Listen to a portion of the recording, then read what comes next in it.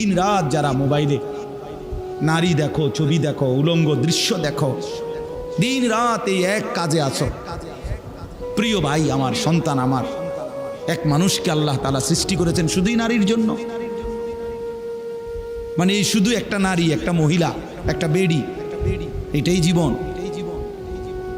তুমি বুঝি এই বেড়ির লগে শুয়ে থাকার জন্য?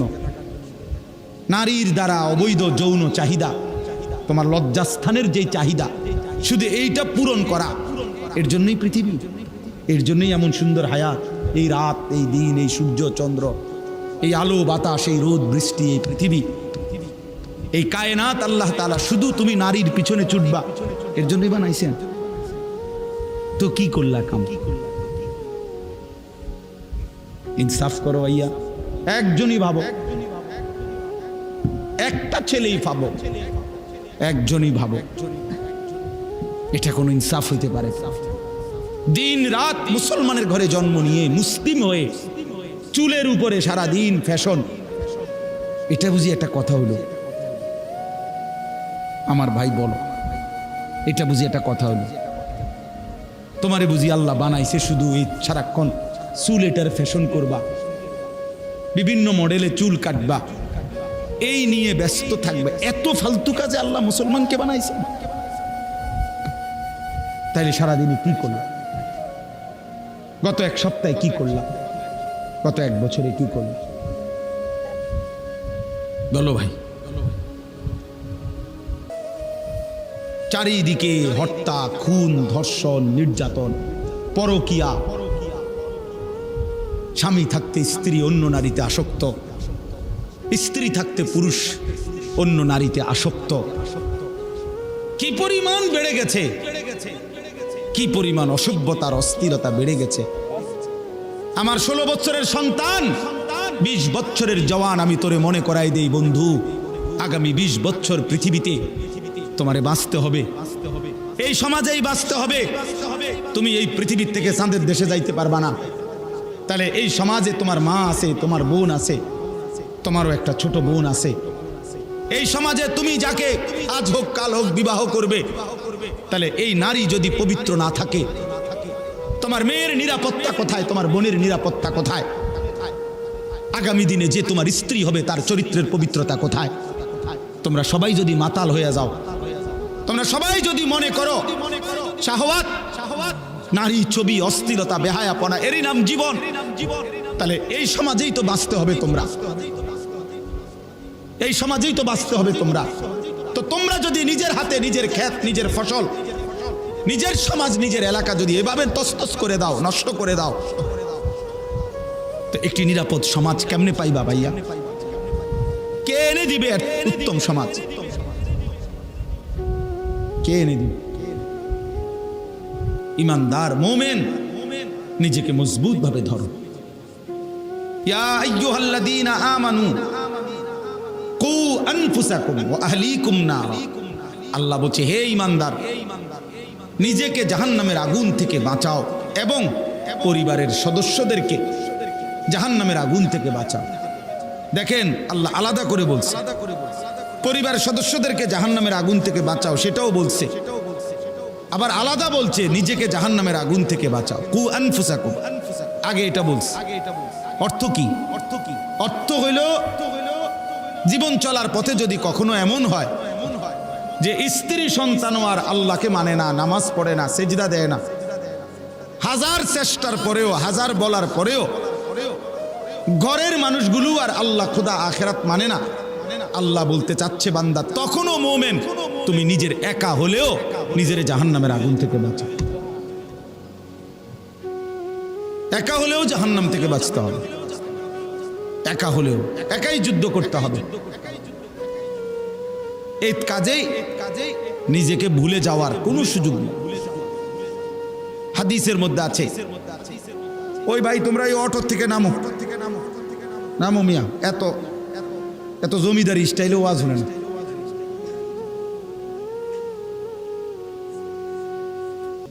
জি তাইলে এটা জরুরি। হযরত হুযায়ফা রাদিয়াল্লাহু তাআলা আনহু একজন সাহাবী, হুযায়ফা অনেক বড় সাহাবী। তো উনি একদিন নবীজি সাল্লাল্লাহু আলাইহি সাল্লামকে জিজ্ঞেস করে, যাদেরই বসার সুযোগ হয় বউ, বসলে ভালো, বসলে বরকত হয়।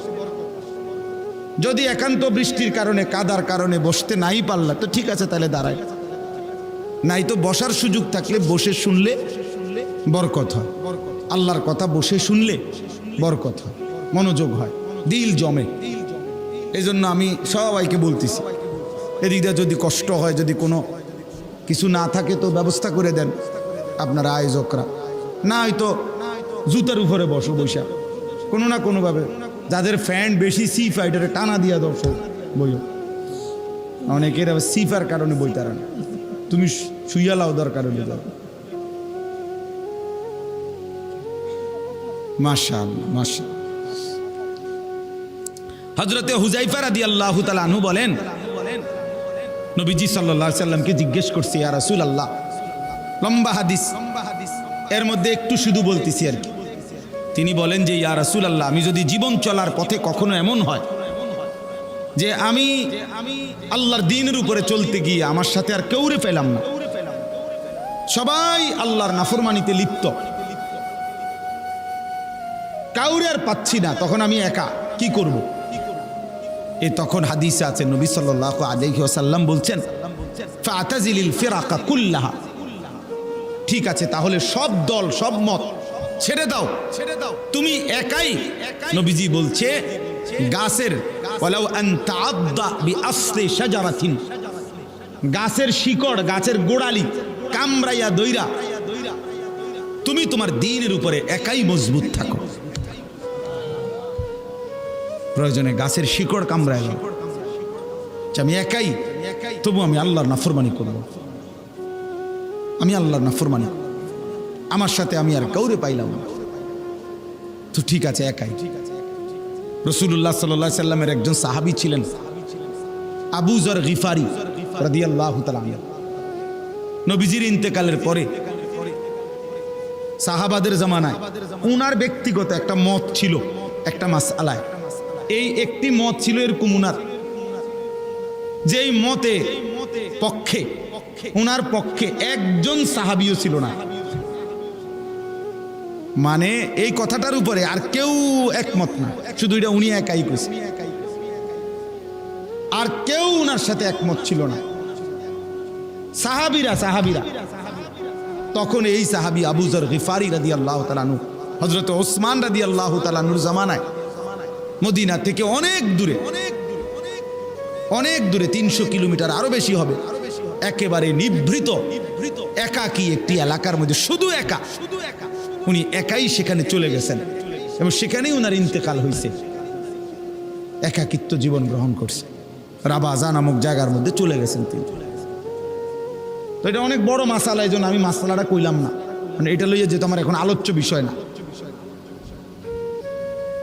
বলার উদ্দেশ্য শুধু এইটা, এক মুমিনের হিম্মত হবে এটা, যে এই পৃথিবীতে আমি যদি আর কেউ না এটা দরকার নাই আপনাকে, মানে এটা প্রয়োজনীয় না, আপনাদের বুঝার বিষয় না আর কি, এর লাগে কইলাম।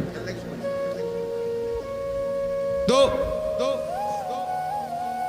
মানে প্রয়োজন শুধু এই কথাটা উদাহরণ দিছিলাম আর কি, এই কথাটা দেখানোর জন্য যে জীবন চলার পথে যদি ইমানের উপরে থাকতে গিয়ে, ইসলামের উপরে থাকতে গিয়ে, আল্লাহর দ্বীনের উপরে থাকতে গিয়ে আমি একাও যদি হয়ে যাই, তো আমাকে একাই কি করতে হবে? আল্লাহর দ্বীনের উপরে থাকতে। আমি আর একজনে কি ইরমু, সমাজের এই দশা, 10 জনের এই দশা, আর আমি একলা কিতা করব হুজুর? 10 জনের যে গতি আমারও সেই গতি, এটা কোনো কথা হইতে, এইটা বুঝাইতে চাচ্ছেন, এটা কোনো মুমিনের কথা না। রাসূলুল্লাহ সাল্লাল্লাহু আলাইহি সাল্লামের একটা যুদ্ধ ছিল, হুনাইনের যুদ্ধ, নবীজির জামানায়। মক্কা বিজয়ের পরে নবীজি একটা যুদ্ধ করছিলেন 12,000 সাহাবী নিয়ে, মাত্র 4,000 কাফেরের মোকাবেলায় যুদ্ধ শুরুতে 4,000 কাফেরের আক্রমণে 12,000 সাহাবী একসাথে যুদ্ধের ময়দান ছেড়ে দিয়েছে, ছিন্ন ভিন্ন হয়ে গেছে। এই 4,000 কাফেরের অতর্কিত আক্রমণে পুরা ময়দান থেকে যখন সিটটা বিটটা গেছে, 12,000 সাহাবী হুনাইনের যুদ্ধে, হাদিসের মধ্যে আছে, তারিখের মধ্যে আছে, ওই সময় একা আল্লাহর নবী সাল্লাল্লাহু আলাইহি সাল্লাম ওই যুদ্ধের ময়দানে একাই তিনি দাঁড়িয়েছিলেন এবং নবী সাল্লাল্লাহু আলাইহি সাল্লাম কাফেরদের দিকে তাকিয়ে বলছিলেন এবং সাহাবীদের দিকে তাকিয়ে একটা কথা বলছেন, দুই দিকে দুইটা কথা বলছে। সাহাবীদেরকে ডাক দিয়ে বলছে, আনান নবিয়্যু লা কাযিব, সাহাবীরা শোনো, আমি নবী, আমি মিথ্যুক নই, আমার উপরে আল্লাহর সাহায্য আসবেই, তোমরা ফিরে আসো। আর কাফেরদের দিকে তাকাইয়া বলছে, আনা ইবনু আব্দুল মুত্তালিব, আমি আব্দুল মুত্তালিবের বংশের সন্তান,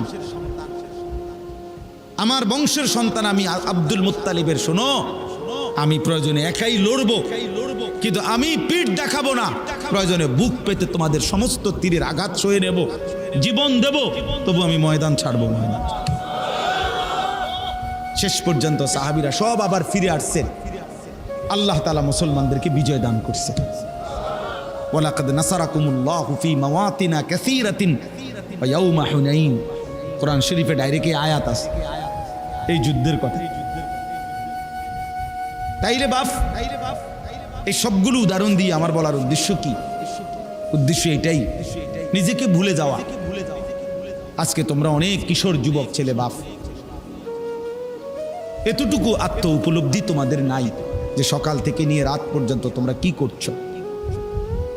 প্রিয় ভাই আমার, তুমি তো একজন মুসলমানের সন্তান, তোমার আব্বা মুসলমান, মা মুসলমান, তোমার দাদা দাদি নানা নানি মুসলমান, তোমার চারপাশের আত্মীয় স্বজন সব মুসলমান।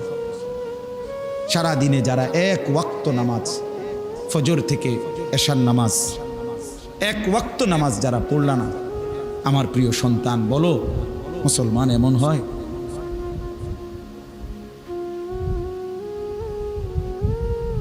বলো ভাইয়া। রাত অনেক হয়েছে, যেভাবেই হোক, আসলে আমরাও সময়টা আন্দাজ করতে পারি নাই,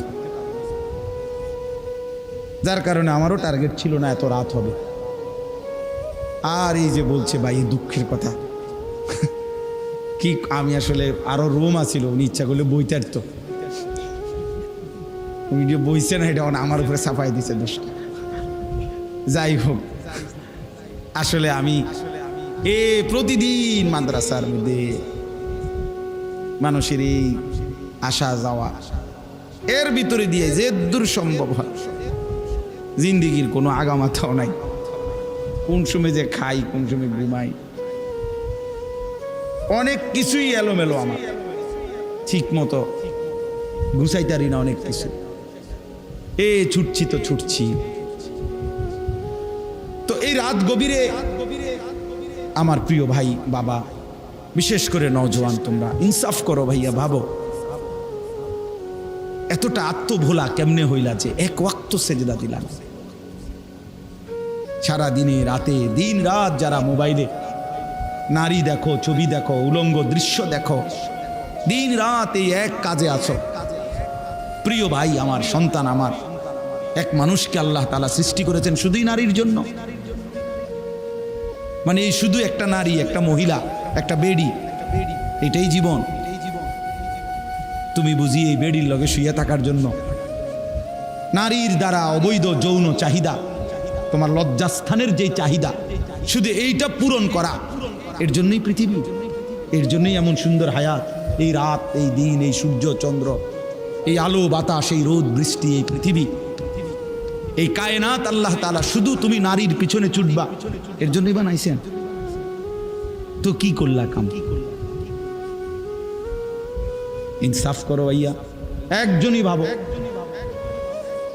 একটা ছেলেই ভাবো, একজনই ভাবো, এটা কোনো ইনসাফ হইতে পারে? দিন রাত মুসলমানের ঘরে জন্ম নিয়ে, মুসলিম হয়ে, চুলের উপরে সারা দিন ফ্যাশন, এটা বুঝি একটা কথা হইল? আমার ভাই বলো, এটা বুঝি একটা কথা হইল? তোমারে বুঝি আল্লাহ বানাইছে শুধু এই সারাক্ষণ চুল এটার ফ্যাশন করবা, বিভিন্ন মডেলে চুল কাটবা, এই নিয়ে ব্যস্ত থাকবে? এত ফালতু কাজে আল্লাহ মুসলমানকে বানাইছে? তাইলে সারাদিনে কি করলাম? গত এক সপ্তাহে কি করলাম? গত এক বছরে কি করলাম? বলো ভাই, বলো। চারিদিকে হত্যা, খুন, ধর্ষণ, নির্যাতন, পরকীয়া, স্বামী থাকতে স্ত্রী অন্য নারীতে আসক্ত, স্ত্রী থাকতে পুরুষ অন্য নারীতে আসক্ত। কি পরিমাণ বেড়ে গেছে, কি পরিমাণ অসভ্যতার অস্থিরতা বেড়ে গেছে।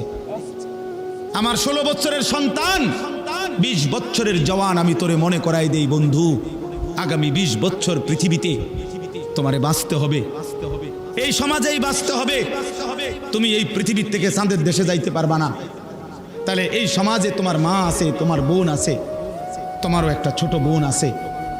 এই সমাজে তুমি যাকে আজ হোক কাল হোক বিবাহ করবে, তাহলে এই নারী যদি পবিত্র না থাকে, তোমার মেয়ের নিরাপত্তা কোথায়? তোমার বোনের নিরাপত্তা কোথায়? আগামী দিনে যে তোমার স্ত্রী হবে তার চরিত্রের পবিত্রতা কোথায়?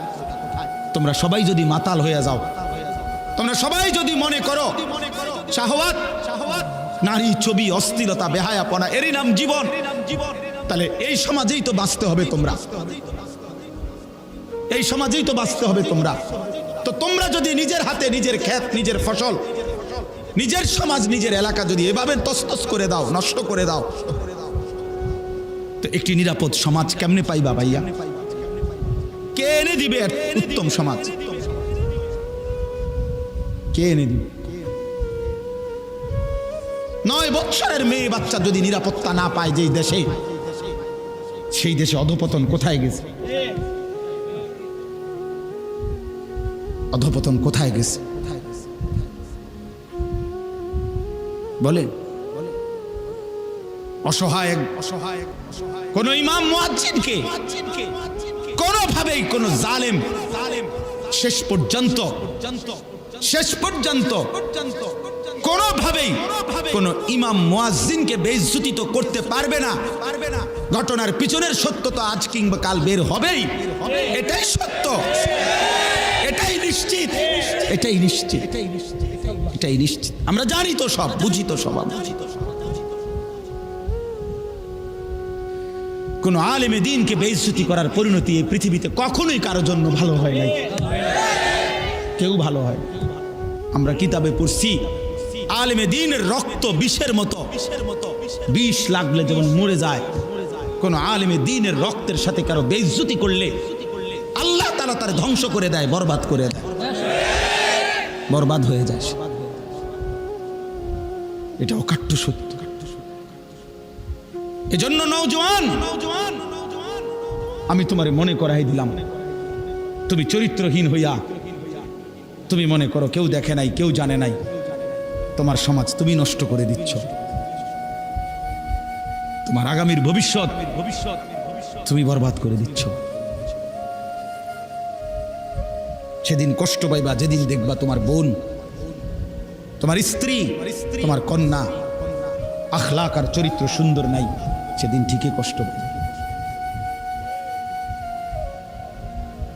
আয-যিনা কারজুন, আল্লাহর কসম, আমি কিতাবে পড়ছি, ইমাম শাফিঈ রাহমাতুল্লাহি আলাইহি বলছেন, কিশোর নওজোয়ান শুনো ভাইয়া, এই মুরব্বীদেরকে সামনে রাখা তোম করে বলি আমি, ইমাম শাফিঈ রাহমাতুল্লাহি আলাইহি বলছে জিনা ব্যভিচার, নারীর সাথে অবৈধ সম্পর্ক, খোদার কসম উনি বলছে কারজুন, এটা একটা ঋণ, করজ, ঋণ আদায় করতে হয়, ঋণ সুদ দিতে হয়নি, কথা বলে না, ঋণ সুদ করতে হয়নি, কর্জ নিলে, ঋণ নিলে এটা সুদ করতে হয়নি, কথা বলে না।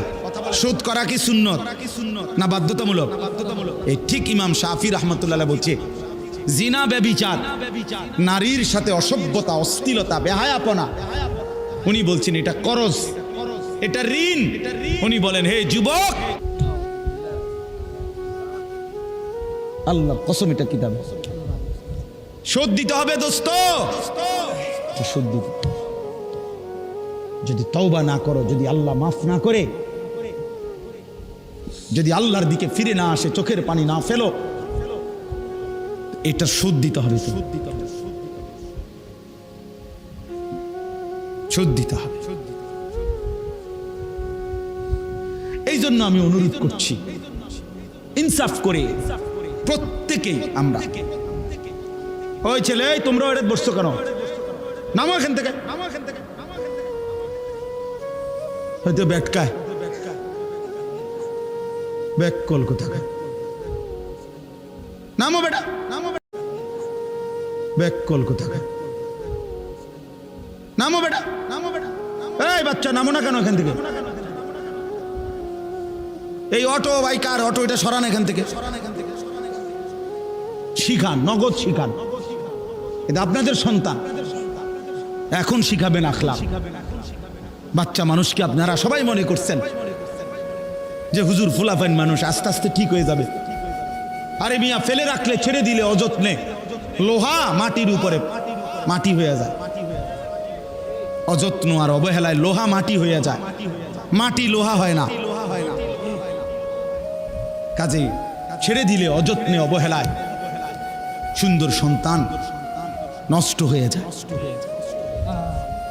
নষ্ট হয়ে যায় ছেড়ে দিতে নাই নবী সাল্লাল্লাহু আলাইহি সাল্লাম ছেড়ে দেন নাই 5 বছরের বাচ্চাকে তিনি আখলাক শিখাইছেন 10 বছরের বাচ্চাকে নবীজি আখলাক শিখাইছেন হাদিসে আছে আপন নাতি হাসান রাদিয়াল্লাহু তাআলা আনহু কলিজার টুকরা হাসান হুসাইন ঠিক না নবীজি সাল্লাল্লাহু আলাইহি সাল্লামের প্রিয় নাতি নবীজি বলতেন হুমা রাইহানাতাই ফিদ দুনিয়া হাসান হুসাইন আমার দুনিয়ার দুইটা ফুল রাইহানাত মানে মানুষ যেমন ফুল থেকে ঘ্রাণ নেয় আমি রাসূল আমার এই দুই নাতি থেকে আমার ঘ্রাণ নেই এত প্রিয় ছিলেন এই হাসান যিনি বড়জন রাদিয়াল্লাহু তাআলা আনহু 5 বছর বয়সে একদিন মসজিদে নববীর বারান্দা থেকে একটা সদকার খেজুর মান্নতের একটা খেজুর উনি মুখে দিছিলেন হাদিসে আছে নবী সাল্লাল্লাহু আলাইহি সাল্লাম সাথে সাথে ওনাকে দেখে নাতিকে ডাক দিয়ে বলছে কাহ কাহ মানে ওয়াক ওয়াক ফেলো ফেলো এটা ফেলো ফেলো তো মুখ থেকে এটা ফেলাই দিছে আর কাছে টেনে বলছে আমা তাআলাম ইন্না লা নাকুলু সাদাকা নাতি তুমি জানো না আমরা নবী বংশ আমাদের জন্য সাদকা মান্নত খাওয়া নিষেধ অনুমতি নাই আখলাক শিখাই দিছে অথচ একটা খেজুর ইচ্ছা করলে আরো 10টা খেজুর নবীজি ঘরের থেকে আইনা দিতে পারতেন বুঝেন নাই কথাটা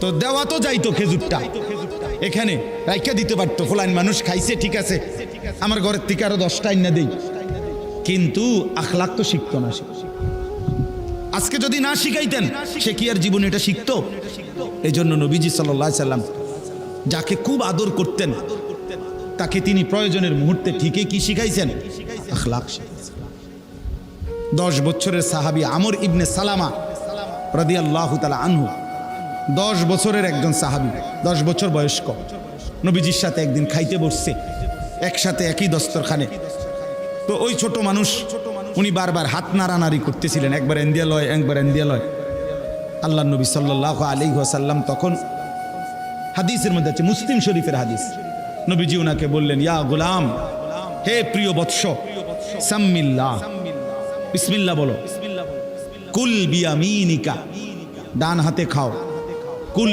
মিম্মা ইয়ালিকা তোমার সামনের থেকে খাও এই 3টা বিষয় নগদ আখলাক শিখাইছে বিসমিল্লাহ বলো ডান হাতে খাও সামনের থেকে খাও এরকম হাত নাড়ানাড়ি করো আপনি বাবা কোনোদিন জিজ্ঞাসা করলেন না আপনার 14 বছরের ছেলেটারে যে বাপ তুমি এটা কার মতো চুল রাখছো তুমি কিসের বাপ তুমি কিসের অভিভাবক আপনার সামনে ছেলেটা কোন বেঈমানের মতো চুল রাখছে তারে জিগাইলেন না যে যার মতো চুল সাজলি ওই তোর আব্বানি ওই তোর বাপনি জিগাইলেন না সে তোর প্রিয় হইল কেমনে আর্জেন্টিনার খেলোয়াড় তোর প্রিয় হলো কেমনে বেঈমান এই মুসলমানের বাচ্চা বল বেটা এখন দাঁড়ায় বল বেটা কোন কাফের বেঈমান কোন খ্রিস্টানের বাচ্চা কোন ইহুদি তুই মুসলমানের ঘরে জন্ম নিয়া তোর রক্তে মুসলমান মার রক্ত তুই কেমনে ওই বেঈমানের মতো সাজলি এই বেহায়া বল বেহায়া তোদের যাদের চুল এরকম বল বেটা এখন দাঁড়া ওই বেঈমান তোর পছন্দ হলো কেন তোর রক্ত ইসলাম নাই বেটা তোর মা মুসলমান না তোর বাপ মুসলমান না বেটা তোর দাদা দাদি মুসলমান না ওরা সব বোকা তুই চালাক হয়ে গেছিস বেটা তুমি পণ্ডিত হয়ে গেছো, কোন বেঈমানের অংশগ্রহণ করলা? কেন সাজলা বেঈমানের মতো? তোমার নবী নাই, তোমার রাসূল নাই, তোমার আল্লাহ নাই, তোমার নবী সাল্লাল্লাহু আলাইহি সাল্লাম চুল রাখে নাই? কথা বলে না কেন? আল্লাহর নবীর চুল ছিল কিনা? নবীজির চুল মোবারক ছিল কিনা? তিনি চুল রাখতেন কিনা? তো তিনি কেমনে সাজলেন? এটা আমার পছন্দ হয় না কেন? নবীর সাহাবী সোয়া লাখের চাইতে বেশি সাহাবী, লক্ষের চাইতে, ওনাদের চুল ছিল না মাথায়? তো ওনাদের চুল কেমন ছিল তার কোনো বর্ণনা নাই কিতাবে? তো তুমি দেখো না এটা? তোমার ধর্মকে তুমি এত বড় বেইজ্জতি করলা কেন? তোমার রাসূলকে তুমি এত বড় বেইজ্জতি করলা কেন? তুমি যদি নবী সাল্লাল্লাহু আলাইহি সাল্লামের কাছে আমলনামা দিয়া বলো যে ইয়া রাসূলুল্লাহ, এই যে আমি আনিসুর রহমান, আমার সুপারিশটা আপনি করেন হাসরের ময়দানে, এই যে আমার আমলনামা। আল্লাহ নবী সাল্লাল্লাহু আলাইহি ওয়াসাল্লাম যদি আমলনামা উল্টাইয়া দেখবে আর বলবে, হায় আনিসুর রহমান 6 মাস 1 বছর কোনোদিন ফজরের নামাজ পড়ল না।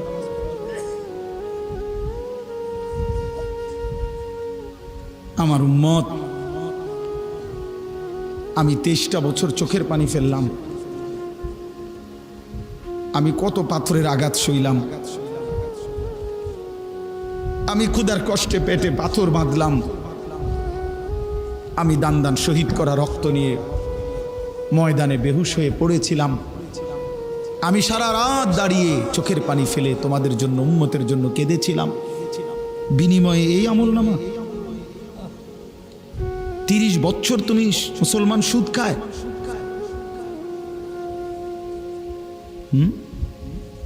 30 বছর 40 বছর সুদ খায়,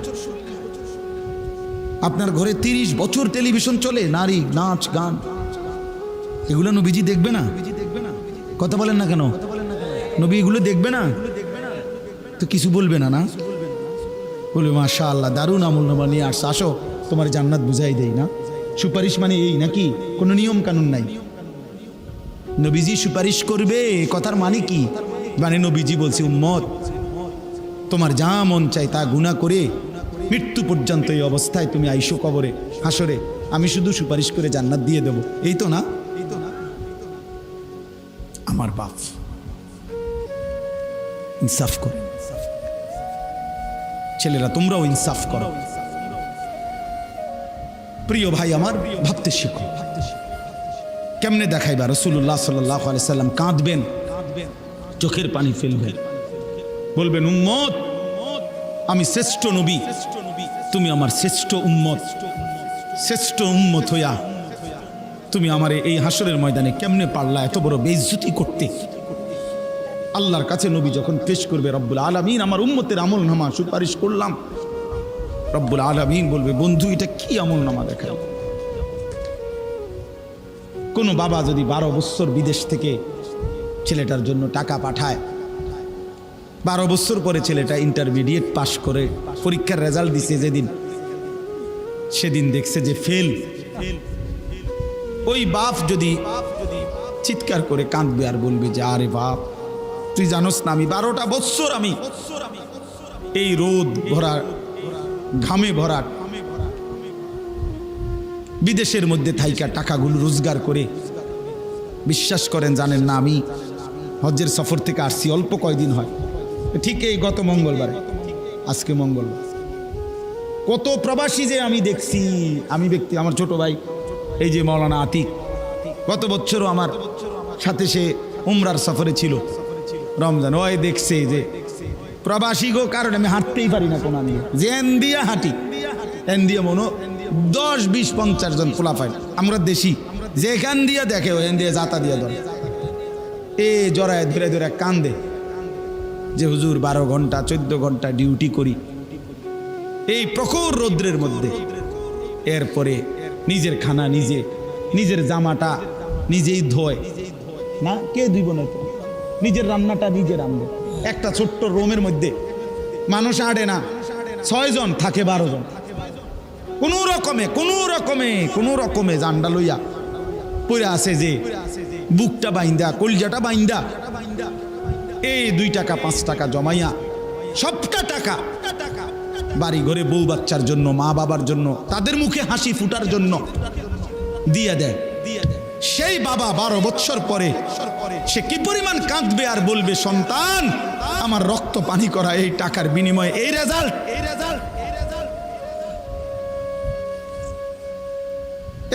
বাপ, তুই আমার এত বড় বেইজ্জতি কেমনে করলি?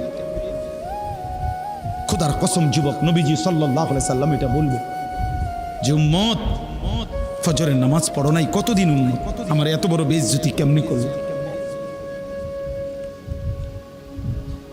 60 বছরের বুড়া চাচা, এই চাচা এখনো 60 বছর ধরে হায়াত পাওয়ার পরও বিড়ি খান, সিগারেট খান।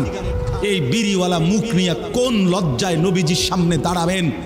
এই বুড়া, মনে রাখো তুমি, আমার নাম আনিসুর রহমান, আমি যদি আর কোনোদিন নাও আসি, একদিনই বলে গেলাম, একদিনই বলে গেলাম। কেমনে দাঁড়াইবেন? 60 বছর বয়সেও বিড়ি খানা ছাড়তেন না, বুড়া হইয়া বাঁকা হইয়া গেলেন, শরীরের গিরাগাড়ি জোরাজারি সব ছেড়ে দিছে। অন টেলিভিশন চান, এখনো চা দোকানে বইয়া বেড়ি চান। ছি ছি ছি ছি, আমনের মতো নির্লজ্জ বেহায়া আল্লাহর জমিন আর কেউ নাই মিয়া। বেহায়া বুড়া মিয়া, বেহায়া তুমি মিয়া, বেহায়া বেটা। 60 বছর বয়সও যে নারী দেখে, ছবি দেখে, এবার আর গুনার বয়স আছে 40 বছর। এবার কোনো ছোটখাটো হারামি না, ছোটখাটো ডাকাত না, শক্ত ডাকাত। এবার গুনা ফাইকিয়া গেছে, একদম গুনা টাইট হয়ে গেছে। কারণ এবার কি মনে করেন, 60 বছর বয়সে যে এখনো মিথ্যা বলে, গালি দেয়, তো উনি মিথ্যা কথা বলে আজ 5 বছর নাকি? উনি তো মিথ্যা কথা শুরু করছে 20 বছর থেকে। বুঝেন নাই কথাটা? আজও ছেড়ে দেওয়ার সময় হয় নাই, আজও সময় হয় নাই। আর কত? আলাম ইয়ানি লিল্লাযীনা আমানু আন তাখশা কুলুবুহুম লিযিকরিল্লাহ ওয়া মা নাযালা মিনাল হক। রব্বুল আলামিন বলে, ঈমানদার মুমিন, আমি আল্লাহর ভয়ে, আমার স্মরণের জন্যে তোমার দিলটা, আন তাখশা কুলুবুহুম, তোমার অন্তর নরম হওয়ার, দিলটা নরম হওয়ার সময় বান্দা আজও কি হয়নি? এটা কোরআনের আয়াত। আলাম ইয়ানি লিল্লাযীনা আমানু, ঈমানদার আজও কি সময় হয়নি? আজও কি আমি আল্লাহর দিকে ফিরবা না? গত 6 মাস ধরে যেই ছেলে ফজরের নামাজ পড়ো না বাপ, গত 1 বছর ধরে যেই মুসলমান তুমি ফজরের নামাজ পড়ো না, আল্লাহ যেন ডাক দিয়ে জিজ্ঞেস করে, বান্দা বলো না বান্দা, তাহলে কি আর কোনোদিন তুমি পড়বা না?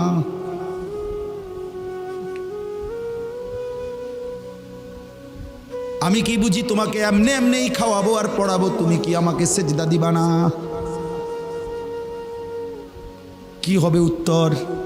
ইয়া আইয়ুহাল ইনসানু মা গাররাকা বিরাব্বিকাল কারীম। রব্বুল আলামিন বলে, মানুষ, বান্দা আমার, মানুষ আমার মতো দয়ালু মেহেরবান রব, আমার মতো এমন দয়ালু মালিক, আমার মতো দয়ালু এমন লালন পালনকারী আল্লাহ, তাকে কেমনে ভুলে, কে তোমাকে ধোকা দিল? আমি আল্লাহকে ছেড়ে দিলাম। মা গাররাক, তুমি কি জানো বান্দা, আমি তো সেই আল্লাহ, 1 ফোঁটা নাপাক পানির উপরে এমন সুন্দর একটা ডিজাইন আমি আল্লাহ করেছি। এই পৃথিবীর কাউকে বলো না 1 ফোঁটা পানির উপরে একটা সুন্দর মানুষের আকৃতি দিতে। পানির উপরে ডিজাইন করবে কেমনে? পানির মধ্যে ডিজাইন করবে কেমনে? রব্বুল আলামিন বলে, বীর্যের 1 ফোঁটা পানির মধ্যেই তো আমি এমন সুন্দর আকৃতি দিয়েছি। ইন্না খালাকনাল ইনসানা মিন নুতফাতিন আমশাজ। নাপাক বীর্যের ফোঁটা থেকেই তো আমি আল্লাহ মানুষকে বানিয়েছি। আল্লাযী খালাকাকা ফাসাওয়াকা ফাআদালাক ফি আইয়ি সূরাতিম মা শাআ রাক্কাবাক। আমি তো বানিয়েছি, আমি তো সাজিয়েছি, আমি তো এমন সুন্দর চেহারার রং দিয়েছি। এমন দয়ালু মাওলা কেমনে ভুলে গেলা, কেমনে ভুলে গেলা? আলাম নাজআল লাহু আইনাইন। আল্লাহ বলে, বলো না বান্দা আমি কি দুইটা চোখ দেই নাই? বলো, সবাই উত্তর দেন। হ্যাঁ, ওয়া লিসানান। আল্লাহ বলে, বলো না বান্দা আমি কি জিহ্বা দেই নাই? ওয়া শাফাতাইন। আল্লাহ বলে, বলো না বান্দা আমি কি দুইটা ঠোঁট দেই নাই? দিয়েছেন। তাইলে সেই মালিক যদি বলে, বান্দা আমার দেওয়া জবানে আমার নামটা আমি শুনতে পারলাম না কেন? আমার দেওয়া চোখে আমার কালাম তুমি দেখলা না কেন? আমার দেওয়া কপাল আমি আর রব্বুল আলামিন আমারে সেজদা দিলা না কেন? বন্ধু মনে রাখো ভাইয়া, একটা কথা শক্ত কই, রাগ হইও না প্রিয় ছেলে বাপ। এই কপাল পৃথিবীতে উপার্জনের দুনিয়াবি কোনো কাজে লাগে না। এই হাত পাও এগুলা মানুষের অঙ্গ প্রত্যঙ্গ কাজে লাগে বিভিন্ন উপার্জনের কাম। এই কপাল এটা দুনিয়াবি কোনো কামে লাগে না। দেখ কোনো কাজের জন্য কোটা দিয়ে কোনো উপার্জনের কোনো কামে দুনিয়ার কামাইয়ের কোনো কাজে এই কপালের এটুকু জায়গা ব্যবহার হয় না, এটা লাগে না আর কি। তাই এটা আল্লাহ তাআলা কেন বানাইছেন? খোদার কসম রব্বুল আলামিন এই কপাল শুধুই সেজদার জন্য বানাইছেন,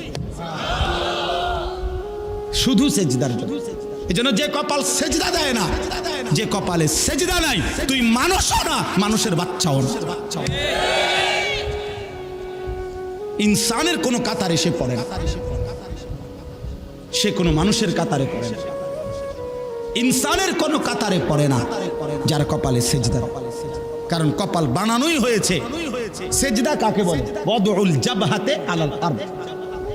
জমিনের মধ্যে কি রাখা? তো কপাল রাখাটারই কি কয়? তার মানে সেজদা কপাল। কপাল বানানোই হয়েছে কিসের জন্য?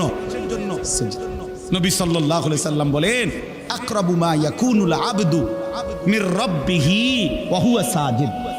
নবীজি বলেন, কোন বান্দা আল্লাহর সবচেয়ে ঘনিষ্ঠ হয়, আকরাব সবচেয়ে ঘনিষ্ঠ হয় যখন সে সেজদা করে। সেজদা করে। এজন্য আমার শায়েখ আল্লামা মুফতি মুশতাকুন নবী কাসিমি হুজুর সবসময় এটা বলে যে কোন বান্দা যখন সেজদা করে তো আল্লাহ তাআলা তার পিঠে মাথায় এভাবে হাত বুলায় দেয়, আদর করে। আল্লাহ আদর করে, আল্লাহর কুদরতি পায়ে সেজদা দেয়, মালিক তখন আদর করে দেয়, পিঠে মাথায় হাত বুলায় দেয়। আল্লাহ ডেকে বলে, আনিস আমারে সেজদা করছো না? ইরফা রাসা, উঠাও মাথা, উঠাও, ওঠো, বসো, বসো। আর কিছু বলবা কিনা বলো? তো বান্দা বলে, আত্তাহিয়াতু লিল্লাহি ওয়াস সালাওয়াতু ওয়াত তাইয়্যিবাত। আল্লাহ বলে, আচ্ছা আমার প্রশংসা করলা, খুশি হলাম। আর কিছু? আল্লাহুম্মা সাল্লি আলা মুহাম্মদ ওয়া আলা আলি মুহাম্মদ। ও মাশাআল্লাহ, আমার বন্ধুর প্রশংসা করলা, দুরূদ পড়লা, আমি এত খুশি হলাম। এখন কিছু আর বলবা? তো বান্দা বলে, আল্লাহ সেজদা দিয়ে আপনার কাছে আসলাম, আপনার প্রশংসা করলাম, আপনার বন্ধুর দুরূদ পড়লাম। একটা উদ্দেশ্য আছে, মাকসাদ আছে। কি মাকসাদ, কি উদ্দেশ্য? আল্লাহুম্মা ইন্নী যালামতু নাফসি যুলমান কাসীরা। আয় মাওলা, আমি বড় নাফরমান মাওলা, আমার গুনাহ অনেক বেশি মাওলা। আর আমি জানি ওয়ালা ইয়াগফিরুয যুনুবা ইল্লা আনতা, আপনি ছাড়া আর মাফ করার কেউ নাই। এই জন্য আপনার এত কাছে আসলাম, আপনার স্পর্শ পেলাম, আপনার বড় আকরাব ঘনিষ্ঠ হলাম। উদ্দেশ্য হলো ফাগফিরলি মাগফিরাতাম মিন ইনদিক, আপনার পক্ষ থেকে আমারে ক্ষমা করে দেন। ওয়ারহামনি, আমার একটু দয়া করে দেন। ইন্নাকা আনতাল গফুরুর রহিম, আপনি মাফ করবেন না কা? আপনি তো ক্ষমাশীল, আপনি দয়া করবেন না কেন? আপনি তো রহিম, দয়াবান। আল্লাহ বলে, কস কি রে বান্দা, এত আদর করে বললে মাফ না করি কেমন? হ্যাঁ, কি কইছেন এখন? আল্লাহু আকবার। এই জন্য বান্দা যখন সালাম ফিরায় এই ডানে বামে, তখন এই একবার কি পড়ে? আল্লাহু আকবার। অর্থাৎ উদ্দেশ্য হলো সে সালাম ফিরাইয়াই আল্লাহু আকবার বলে। অর্থ বলে আর মানুষের জানায়, ভাই সাহেব আল্লাহ বহুত বড় মহান, উনি আমার মাফ করে দিচ্ছেন। আল্লাহু আকবার। এই জন্য আপনারাই তো কইয়া উঠলেন আল্লাহু আকবার নিজে নিজে। আল্লাহু আকবার। জন্য দোস্ত, বান্দা সেজদা দিয়ে বসলে সালাম ফিরাইবার আগে আগে রব মাফ করে। চলো ইনশাআল্লাহ রাত গভীরে চলো নিয়ত করি ইনশাআল্লাহ। নওজোয়ান, আগামী দিনে ইসলামের জন্য তোমাদের দরকার। আগামীর পৃথিবীতে কালেমার পতাকা উড়াবার জন্য নওজোয়ান তোমরাই দরকার। প্রিয় নবী সাল্লাল্লাহু আলাইহি ওয়াসাল্লাম তারিখের মধ্যে কথা স্পষ্ট আছে। নবীজি সাল্লাল্লাহু আলাইহি সাল্লামের 23 বছরের নবুয়তের জীবনে নবীজিকে তার দ্বীনের কাজে সবচেয়ে বেশি সহযোগিতা করেছেন যারা, ওহুম শাবাব, তারা ছিল যুবক, বৃদ্ধ অল্প ছিল। চলো নিয়ত করি ইনশাআল্লাহ। নওজোয়ান, আগামী দিনে ইসলামের জন্য তোমাদের দরকার। আগামীর পৃথিবীতে কালেমার পতাকা উড়াবার জন্য নওজোয়ান তোমরাই দরকার। প্রিয় নবী সাল্লাল্লাহু আলাইহি ওয়াসাল্লাম তারিখের মধ্যে কথা স্পষ্ট আছে। নবীজি সাল্লাল্লাহু আলাইহি সাল্লামের 23 বছরের নবুয়তের জীবনে নবীজিকে তার দ্বীনের কাজে সবচেয়ে বেশি সহযোগিতা করেছেন যারা, ওহুম শাবাব, তারা ছিল যুবক, বৃদ্ধ অল্প ছিল। হযরত আনাস ইবনে মালিক 10 বছরের যিনি নবীজির খাদেম ছিলেন, তিনি বলছেন, কুন্না নাগজু মা রাসূলিল্লাহ সাল্লাল্লাহু আলাইহি ওয়াসাল্লাম ওয়া নাহনু শাবাব। আমরা নবীজির সাথে যুদ্ধ করতাম, প্রত্যেকটা জিহাদে অংশগ্রহণ করতাম। ওয়া নাহনু শাবাব, আর আমরা ছিলাম যুবক, আমরা ছিলাম যুবক, নওজোয়ান। এই জন্য বাবা চাচারা তোমাদের জন্য দোয়া করবে, আমরাও তোমাদের জন্য দোয়া করব। এখানে আমার এই আয়াতটা এবার শুধু শোনো, তারপরে তুমি দিল থেকে বুঝো। আল্লাহ তাআলা এখানে বলছেন, ফাখালাফা মিন বাদিহিম খালফুন, প্রত্যেক জাতি গোষ্ঠীর মধ্যে নিকৃষ্ট প্রজন্ম, মন্দ উত্তরসূরি, নিকৃষ্ট জেনারেশন কারা? আল্লাহ বলেন আদাউস সালাহ, যারা প্রতিনিয়ত তাদের নামাজ নষ্ট করে দেয়, তারা নিকৃষ্ট মানুষ, নিকৃষ্ট উত্তরসূরি, নিকৃষ্ট জেনারেশন, নিকৃষ্ট প্রজন্ম। এই তোমরা আজকে যারা 15 থেকে 20-30 বছর, প্রিয় ভাই আমার, তোমরা একটি জেনারেশন, তোমরা একটা প্রজন্ম। 2 বছর 4 বছরের ব্যবধান, কাছাকাছি সময়, তোমরা একটি প্রজন্ম, একটি জেনারেশন, তোমরা উত্তরসূরি, পূর্বসূরিদের। আল্লাহ তাআলা বলেন এই নিকৃষ্ট, খালফুন অর্থ হলো মন্দ প্রজন্ম, নিকৃষ্ট উত্তরসূরি কারা? আদাউস সালাহ, যারা তাদের নামাজ নষ্ট করে দেয়। কি নষ্ট করে? বলেন না কি নষ্ট করে? ভাইয়া শেষ করে দিচ্ছি, আর 10টা মিনিট। কি নষ্ট করে? নামাজ নষ্ট। এনে তাফসীরের মধ্যে আছে, প্রিয় ভাই বাবা সবাই শোনেন। আল্লাহ তাআলা বলছে ওই মানুষগুলো নষ্ট, নিকৃষ্ট, মন্দ, যারা কি নষ্ট করে। এখানে তাফসীরের মধ্যে স্পষ্ট আছে যে এখানে আল্লাযীনা তারাকুস সালাহ, যারা টোটালি নামাজ ছেড়ে দেয়, নামাজ পড়েই না, তারা উদ্দেশ্য না, তারা উদ্দেশ্য নয়, তারা এমনি বাদ, তারা কোনো মানুষের আইটেমের মধ্যেই নাই, বরং ওই মানুষরা নিকৃষ্ট, মন্দ, যারা নামাজ তো পড়ে কিন্তু পড়ার নাম করে এটারে নষ্ট করে। কিভাবে নষ্ট করে? তাফসীরের মধ্যে আছে 3 ভাবে নামাজকে নষ্ট করে। 1, নামাজের ওয়াক্তে সব সময় নামাজকে বিলম্ব করে পড়ে। আল্লাযীনা ইউআখিরুনাস সালাহ, তাখির করে নামাজকে সব সময়। 1টা বাজে জোহরের আজান, এবারে 4:30 বাজে, 4:15 বাজে, ওই সময় বেরাত লাগাইয়া এরপরে নামাজ পড়ে। আমরা দেশের বেডিদের মতো, আমাদের দেশের মহিলাদের খাসিয়ত এটা বেশি।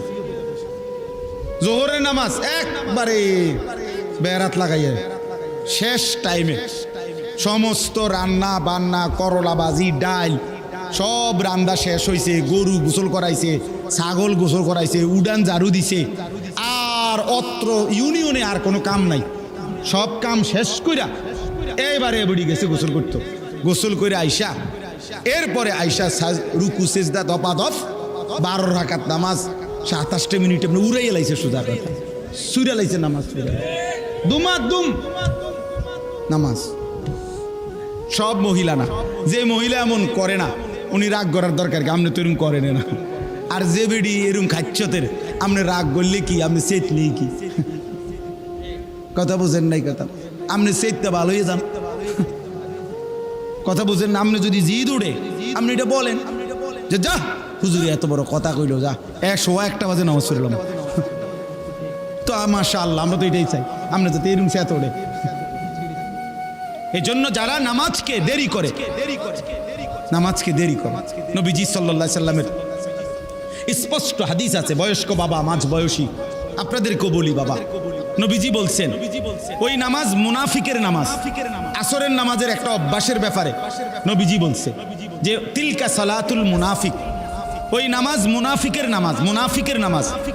ইয়ারকুবু হাত্তা তাগরুবা শামস, যে আসরের নামাজ না পড়ে বিলম্ব করে, এমনকি সূর্য ডুবার কাছাকাছি হয়ে যায়, ঠিক ওই সময় হাত্তা কানাত বাইনা কারনাই শাইতান, সূর্যটা তখন ডুবতের সময় শয়তানের দুই শিংয়ের মাঝখানে থাকে।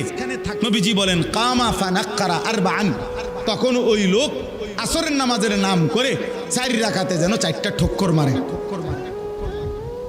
লা ইয়াযকুরুল্লাহ ইল্লা কালিলা, ঠিক মতো তাসবিহগুলো নামাজের আহকামগুলো আদায় করে না। নবীজি 3 বার বলছে ওইটা মুনাফিকের নামাজ, মুনাফিকের নামাজ, মুনাফিকের নামাজ। তাহলে কি বোঝা গেল? নামাজ পড়ে না এটা না, নামাজ পড়ে তবে কি করে? কথা বলেন না কেন? সে নিকৃষ্ট। 2 নাম্বার, নামাজের মধ্যে ফরজ আছে, ওয়াজিব আছে, সুন্নত আছে, মুস্তাহাব আছে, আছে কি না? এগুলো যে ঠিক মতো আদায় করে না, রুকু সেজদা যে ঠিক মতো আদায় করে না, তাসবিহগুলো ঠিক মতো আদায় করে না, নামাজের ওয়াজিব ফরজগুলো ঠিক মতো আদায় করে না, রুকু দিছে, রুকুর থেকে সোজা হয়ে দাঁড়ানো কি ওয়াজিব? কথা বলেন না, ওয়াজিব। এবার রুকুর থেকে একটু উঠতেই নিচের দিকে যায়, এমন কাকু নাই? আছে, আছে, আমরা বহুত দেখছি। সেজদা দিতে গিয়া 2 সেজদার মাঝখানে স্থির হয়ে বসা ওয়াজিব। কি বলেন না? সেজদা দেয় কেমনে? একটা সেজদা দিয়া মাথাটা একটু আলগি দিয়ে আরেকটা মান পটপট করে 2টা সেজদা মেরে দিল। আরে বুঝেন আপনি কি সেজদা দিলেন? মাঝখানের ওয়াজিব ছুটে গেল যে। কথা বলেন নাই? এই আল্লাহ তাআলা বলছেন এই মানুষগুলো হচ্ছে নিকৃষ্ট। নবীজি সাল্লাল্লাহু আলাইহি সাল্লাম বলছেন আসরাকুস সারিক, রুকু সেজদা যে চুরি করে সে সবচেয়ে বড় চোর, বড় বিগ চোর, গ্রেট চোর, বড় চোর, চোর দা গ্রেট। হ্যাঁ, তাইলে বুঝা গেল নামাজকে যে ফরজ ওয়াজিব মুস্তাহাব সুন্নাত ঠিক মতো আদায় করে না, সে তার নামাজকে কি করে? নষ্ট করে। 3 নাম্বার হলো নামাজের জামাত যে ছেড়ে দেয়, জামাতে যে নামাজ পড়ে না, এটাকে অভ্যস্ত বানায় নিছে জামাত ছেড়ে দেওয়া, এই ব্যক্তিও নামাজকে নষ্ট করে। তাহলে আমার ভাই, আমার বাবা, যদি আল্লাহ তাআলা এখানে বলছেন নামাজকে পড়ার নামে যারা নামাজকে নষ্ট করে তারাই নিকৃষ্ট, এবার যারা টোটালি নামাজ পড়ে না তারা কি? বালহুম আদাল, তারা তার চাইতে নিকৃষ্ট। এই জন্য দোস্ত আমার, এত বড় ভুল করো না। কষ্ট দিছি বাপ, রাত অনেক হয়েছে, প্রিয় ভাই নষ্ট হইও না। কোরআন শরীফে আছে আল্লাহ তাআলা বলছে বহু জাহান্নামীকে জাহান্নামের আগুনে দাউ দাউ করে যখন জ্বলবে তো ফেরেশতারা জিজ্ঞাসা করবে মা সালাকাকুম ফি সাকার, হে আল্লাহর বান্দা কেন জাহান্নামে আসলা? ক্বালু লাম নাকু মিনাল মুসাল্লিন, জাহান্নামী নাফরমান তখন বলবে ফেরেশতা লাম নাকু মিনাল মুসাল্লিন, আমি নামাজি ছিলাম না, এজন্য আজ জাহান্নামী হলাম, এজন্য আজ জাহান্নামী হলাম।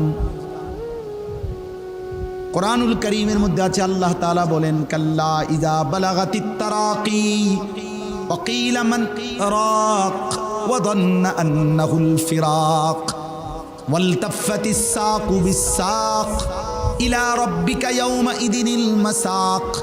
সংক্ষিপ্ত অর্থ হইল আল্লাহ বলছে মালাকুল মউত আজরাইল বহু নাফরমানের জান কবজ করবার সময় এমন হবে যাদের কলিজার ভিতর থেকে রূহটা ধরে আজরাইল একটা টান দিয়া ছিঁড়ে ফেলবে, ছিঁড়বার সাথে সাথেই কণ্ঠনালীতে আইসা ওই রূহটা আটকাইয়া যাবে, বের হতে চাইবে না।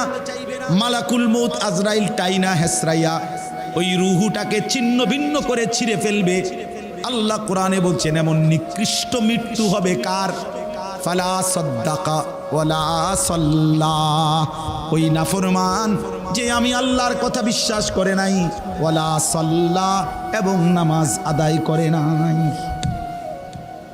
আল্লাহ বলে নামাজ আদায় করে নাই। এজন্য আমি রব্বুল আলামিন শুনাইলাম নাফরমান, আজরাইল তোর জান কবজের দিন তোর কলজা থেকে তোর রুহুটা ছিঁড়া ফেলবে, ছিন্ন ভিন্ন করে ফেলবে। বাতের তালাই জীবনের সব না। দুনিয়া ভোগ করলে সফল হয় না। দুনিয়া তো দোস্ত বেঈমানও ভোগ করে, কাফেরও ভোগ করে, ইহুদি খ্রিস্টানও তো দুনিয়া ভোগ করে। যে আল্লাহকে মানে না, নাস্তিক মুরতাদ বেঈমান, সেও তো দুনিয়া ভোগ করে। দোস্ত আমার, বন্ধু আমার, রাস্তার ওই জন্তু জানোয়ার কুকুর বিড়ালও তো দুনিয়া ভোগ করে, করে না? সূর্য কি তার গায়ে পড়ে না? চাঁদের আলো কি তার গায়ে পড়ে না? রোদ বৃষ্টি কি সে উপভোগ করে না? সেও তো খাবার খায়, ঘুম যায়, পেশাব পায়খানা করে, সেও তো তার যৌন চাহিদা পূরণ করে। এজন্য তো গরুরও বাচ্চা হয়, কুকুরেরও বাচ্চা হয়। এজন্য জীবন মানে যদি শুধু খাও ঘুমাও আর পেশাব পায়খানার যৌবনের চাহিদা পূরণ, তাহলে এই জীবন আর জানোয়ারের জীবনের মধ্যে তফাৎ কি? যে জীবনে সেজদা নাই, যে জীবনে গোলামি নাই, বন্দিগি নাই, বন্ধু আমার, বাপ আমার, মা আমার, বোন আমার, বলো না ওই জীবনের সাথে জানোয়ারের পার্থক্য কোথায়?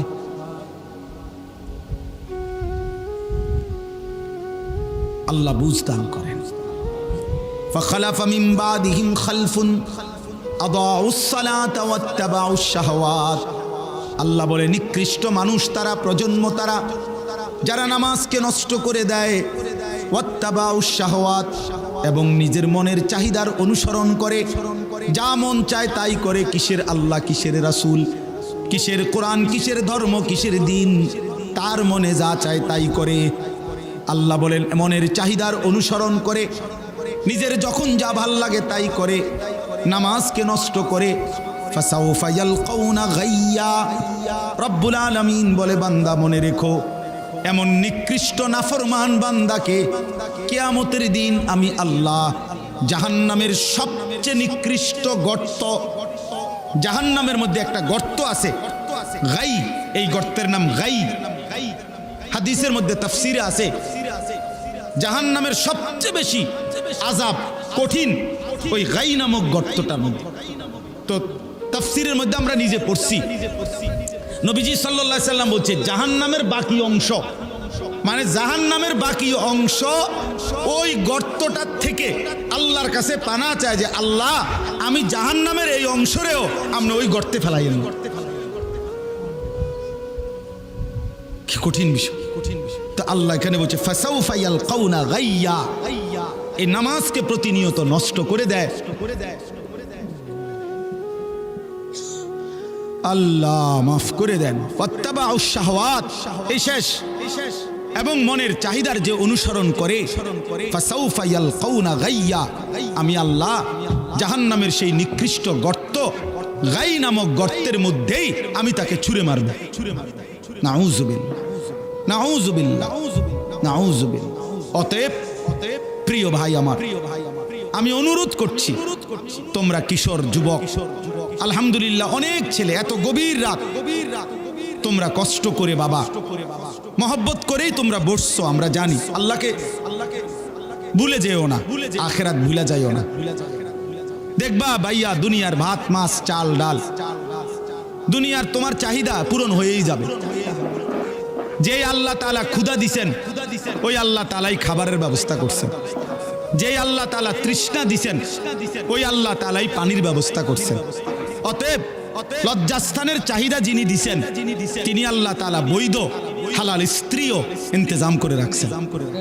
তুমি মাতাল হইও না, চরিত্রহীন হইও না, নষ্ট হইও না, নিজের হাত মন্দ কাজে নষ্ট করো না, নিজের চরিত্র নিজের আখলাক নষ্ট করো না ভাই। যে জিনিস তোমার প্রয়োজন, যেই চাহিদা তোমার ভিতরে, সে চাহিদা আল্লাহ দিছে, সেই চাহিদা পূরণের ব্যবস্থাও আল্লাহ রাখছে। এই পৃথিবীতে স্বামী স্ত্রীর পবিত্র সম্পর্কের মাধ্যমেই আদম এবং হাওয়া থেকে চলমান এই ধারা এই পৃথিবীতে চলে আসছে। তুমিও কোনো মা বাবার সন্তান, অতএব স্বামী স্ত্রীর এই বন্ধন মিলেই যাবে। যেটা এমনিতেই হয়ে যাবে সেটার জন্য নিজেরে নষ্ট করে ফেলা, চরিত্রহীন বানিয়ে ফেলা উচিত না। এই জন্য একটা ছেলেও যদি বুঝে থাকো তাহলে নারী ছবি, মোবাইলের অশ্লীল দৃশ্য, এই শাহওয়াত, এই অসভ্যতা, এই নোংরামি ছেড়ে দিও। যদি কেউ একজনও মনে করো আমি সফল, যদি একজনও ভালো হও আমি সার্থক, আমাদের এই আয়োজন সার্থক। বলেন আলহামদুলিল্লাহ। আল্লাহ তাআলা এটাই বলছেন, ইল্লা মান তাবা। এই দেখেন শেষ কথা, আল্লাহ বলেন এই গুনার রাস্তা থেকে যে তওবা করে ফিরে আসে, ওয়া আমানা, এবং আমি আল্লাহকে মেনে নেয়, ওয়া আমিলা সালিহান, এবং আবার নতুন করে নেক আমল শুরু করে দেয়, ফাউলাইকা ইয়াদখুলুনাল জান্নাহ, আমি আল্লাহ ওয়াদা দিলাম ওই মানুষগুলো নিশ্চিত জান্নাতেই প্রবেশ করবে। ওয়ালা ইউজলামুনা শাইআ, এক বিন্দু জুলুম করা হবে না। মানে পিছনের ওই গুনার জন্য আমি আল্লাহ লজ্জা দেব না। আমার বান্দা তওবা করছে, ফিরে আসছে, আগের গুনাহ ছেড়ে দিছে, চোখের পানি ফেলছে, আমি তারে দুনিয়াতেও বেইজ্জতি করব না, আমি আল্লাহ তারে আখিরাতেও জুলুম করব না। এই জন্য চলেন বাবা ভাই, আলহামদুলিল্লাহ উলামায়ে কেরাম, তোলাবায়ে ইজাম সবাই ভালোবেসে এই মাহফিলের আয়োজন করছে। এতটা রাত অবধি আমরা বসছি। কিশোর নওজোয়ান, তোমরা ওয়াদা করো দিল থেকে, তোমরা তোমাদের এই চুল স্বাভাবিক বানাও। বেঈমান তোমাদের নিয়ে হাসে, বেঈমান তোমাদেরকে নিয়ে হাসে। এই যে দেখো এদের পরিচয় তো মুসলমান, চেহারা, সুরত, আখলাক, এটা দেখে হাসে। এজন্য ইসলামকে তোমরা হাসির পাত্র বানায়ও না। প্রিয় নবী সাল্লাল্লাহু আলাইহি ওয়াসাল্লামের 23 বছরের এই চোখের পানিকে বিফলে যাইতে দিও না। আল্লাহ আমাদের সবাইকে তৌফিক দেন, কবুল করেন। নওজোয়ান তোমরা আলাদা, যারা 30 বছরের নিচে, তোমরা নিয়ত করো যে নামাজ পড়বা ইনশাআল্লাহ। শুধু ছেলেরা হাত উঠাও, বুড়ারা না, বুড়ারা হাত উঠাইয়েন না। 30-এর উপরে যাদের বয়স তারা হাত উঠাইয়েন না, তারা হাত নামান। 30 বছরের নিচে যাদের বয়স, ও সবই তো 30 বছরের, বুড়া মানুষ কই তো, ওই চাচা পাওয়া গেছে। মাশাআল্লাহ, আল্লাহ কবুল করে, আল্লাহ হিম্মত দান করে। ইনশাআল্লাহ তোমরাই লড়বে ইনশাআল্লাহ। আগামীর ইসলাম, আগামীর কালেমার পতাকা তোমরাই উড়াবে ইনশাআল্লাহ। ইসলাম বিজয়ী হবেই হবে ইনশাআল্লাহ, কালেমা বিজয়ী হবে। কাউকে না কাউকে দিয়ে ইসলামের খেদমত আল্লাহ নেবেই। দেখার বিষয় হলো আমি লাগলাম কিনা, আমারে নিল কিনা। আল্লাহ পাক প্রয়োজন মাফিক নওজোয়ান আল্লাহর দ্বীনের জন্য নেবেন, তো দেখার বিষয় হলো আমাকে নিবে কিনা, তোমাকে নিবে কিনা। আল্লাহ তাআলা তোমাদেরকে তৌফিক দেন, কবুল করেন। বয়স্ক বাবারা, আপনি করে শক্ত কথা বলছি, শক্ত কথা কইছি। আসলে বিড়ি খাইলে, আপনি বিড়ি না খাইলে ভালো হয়ে গেলে আপনার তো আমি কিছু কই নেই। কাজে দয়া করে বিড়ি সিগারেটের অভ্যাস যাদের ছেড়ে দেন। চা দোকানে গপ মারা, আড্ডা, চা খান আপনি মানান, আমার চা দোকানদারের কোনো ঝগড়া নাই। চা খান আপনি ডেইলি 10 কাপ চা খান, আমার মানা নাই। কিন্তু আপনি চা দোকানে টেলিভিশন দেখেন, নর্তকীর ছবি দেখেন। চাচা, এটা লজ্জার কথা। এত বড় বুড়া মানুষ যদি বেডিতের নাচ দেয়, মানুষে খারাপ কয়, দেখছ? এটি শরমের কথা। মানুষে কি কয় যে আরে কি বুড়া রিডারে, এবার অনো বেডি ইচ্ছা, এবার আগে কি আছিল আল্লাহ কি জানে। এই জন্য দয়া করে শরম লাগলে ছেড়ে দেন, আল্লাহ ছেড়ে দেওয়ার তৌফিক দান। এই মাহফিল আল্লাহ কবুল করে নেন। আল্লাহ তাআলা আগামী দিনও এমন সুন্দর আয়োজন করার তৌফিক দান করেন।